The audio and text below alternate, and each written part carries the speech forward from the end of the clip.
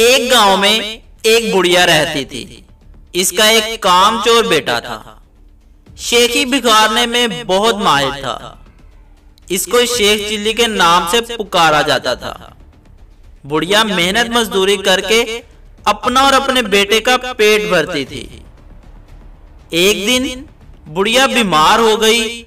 घर में खाने को कुछ न था। रात को माँ बेटा दोनों ने फाका किया। अगले दिन माँ ने कहा, अब तुम कुछ काम करो, जंगल से लकड़ियां ही लाकर बेच दिया करो ताकि गुजर औकात हो सके। शेख चिल्ली ने जंगल की राह ली। जो दरख्त इसके रास्ते में आता वो उससे पूछता, मैं तुझे काट लूं या नहीं। किसी दरख्त ने भी इसका जवाब ना दिया। शाम होने को थी। शेख चिल्ली घर वापस आने का इरादा कर ही रहा था कि एक दरख्त नजर आया। इसने इसके पास जाकर पूछा, मैं तुझे काट लूं? दरख्त बोला, हां काट ले, मगर एक नसीहत करता हूं। मेरी लकड़ी से पलंग बनाना और बादशाह के दरबार में ले जाना।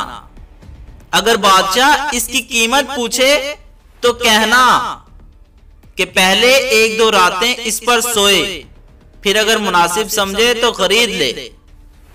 शेख चिल्ली ने दरख्त की हदायत के मुताबिक इससे लकड़ियां काटकर पलंग तैयार किया और बादशाह के दरबार में पहुंचा। बादशाह ने कीमत पूछी तो शेख चिल्ली ने कहा, पहले आप इसको एक दो रात इस्तेमाल करें। अगर इसमें कोई खूबी पाएं तो इनाम के तौर पे जो दिल चाहे दे दे। बादशाह हैरान हुआ और शेख चिल्ली के कहने पर नौकर को हुक्म दिया कि आज यही पलंग मेरे कमरे में बिछाया जाए। रात हुई, बादशाह इसी पलंग पर सोया तो आधी रात को पलंग का एक पाया बोला, आज बादशाह की जान खतरे में है। दूसरे ने कहा, वो कैसे? तीसरा बोला, बादशाह के जूते में काला सांप है। चौथे ने कहा, बादशाह को चाहिए कि सुबह जूते को अच्छी तरह झाड़कर पहने। सुबह वाकई ऐसा ही हुआ। बादशाह के जूते में सांप था। जूते झाड़ने की वजह से वो सांप निकलकर भाग गया। इस तरह बादशाह की जान महफूज रही। दूसरी रात जब बादशाह सोया तो फिर पायों ने बातें करने शुरू की। एक बोला कि तुम पलंग को संभाले रखो, मैं कुछ खबरें जमा कर लूं। तीनों पायों ने पलंग को थामे रखा। चौथा पाया वापस आया तो इसने खबर सुनाई कि बादशाह का वजीर साजिश कर रहा है बादशाह को खत्म करने के बारे में। फिर दूसरा पाया गया और खबर लाया कि बादशाह की बीवी वजीर से मिलकर बादशाह को जहर देना चाहती है।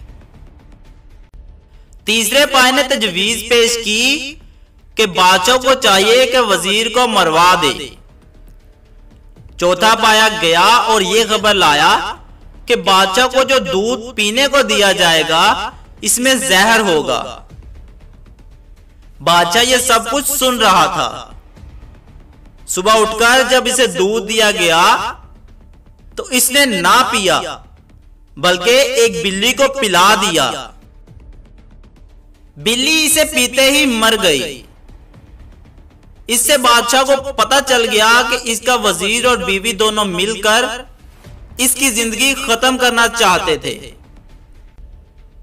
बादशाह ने वजीर को बरतरफ कर दिया और मलका को महल से रुखसत कर दिया।